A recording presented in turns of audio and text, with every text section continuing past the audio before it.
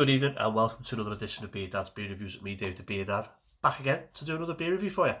Gonna do a Vocation beer. Vocation down to Hebden Bridge in Yorkshire. I'm going to do one of their strong ones. I'm going to do one of their Barrel Age series. And I'm going to do the Imperial Stout. This comes in a healthy 10.1% ABV. It does say on the side of this, which I think is quite interesting, is that this Imperial Stout is brewed with specialty malts, then aged in ex-red wine barrels for 10 months and on a mixed culture of Brettanomyces yeast. Once aged, this beer was blended with a fresh stout for an additional layer of complexity. Interesting stuff. I've got two of these. I've got one in the old cellar aging. I'm going to keep for a little bit. But this was canned on the 13th of January 20 and best before the 13th of January 30. 10 years on this, it says so there. It's a very unusual label for Vocation. Just dark and a little bit sinister. So, love the Imperial Stout. I'm not going to drink all this one on camera. I'm going to do the review and I'm going to take it away and I'm going to savour it. Because I'm not an animal. Well, I am, but I don't want to throw this down my face. I want to sit and enjoy it. So, anyway, let's pop it off. Let's see what we've got. Not much room at the top of that in the top of this can. This is filled right to the top with booze.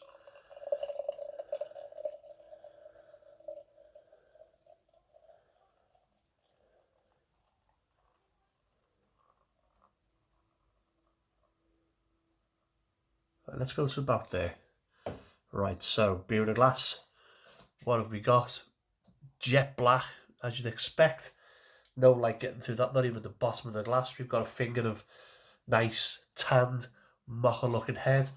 If the camera can pick it up, there is a distinct, again, layer of bubbles. Obviously, you've got your medium-sized bubbles there, but there's definitely something there, a bit of a darker part of the head around where the beer meets the glass, and it's purely the size of the bubbles, by the looks of it.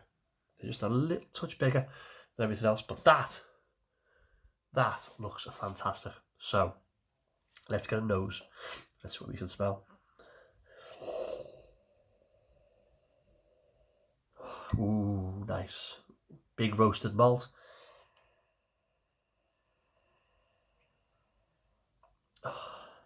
Burnt sugar. Dark fruit. A little bit of, maybe a bit of chocolate sweetness.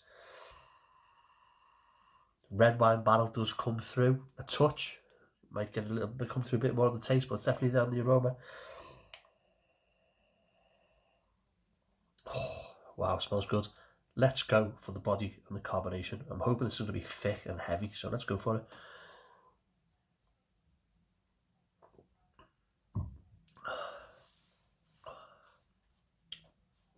Wow. It is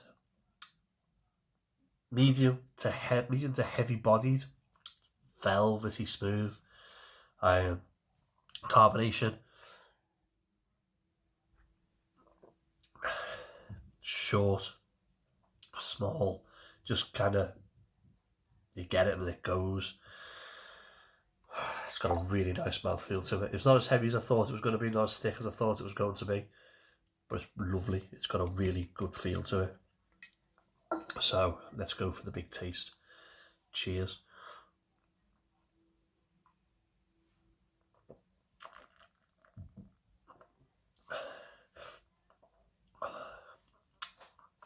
Straight away on the towards the back end, about 3/4 away through the beer, you get I've just got a belt of red wine, and I'm still kind of getting the vapor off it, and it's lovely.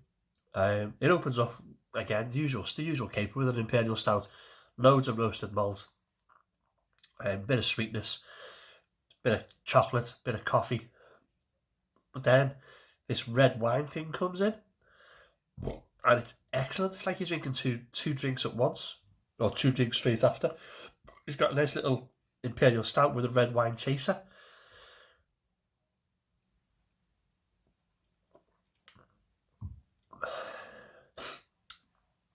Smooth as you like. That's very, very interesting. It's a very interesting beer. It's nice. It's just a very interesting beer. As you'd expect, you expect the malt, the roasted malt, to carry on through, and but it doesn't. It is taken over by this red wine, making my mouth water now as well. Oh, it's very, very good. 10.1. Yeah, it's super hidden, super hidden. Even though you're getting this red wine feel, it is super hidden. There's no alcohol burn. There's no flushing of the cheeks or anything.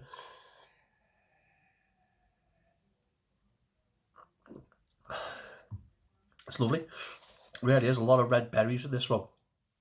A bit of blackberries as well. There's a suggestion of a tart to it, but it's not. But you kind of go, is it gonna go? And it doesn't. And then obviously the red wine comes in. It's great. It really is a lovely, lovely drop.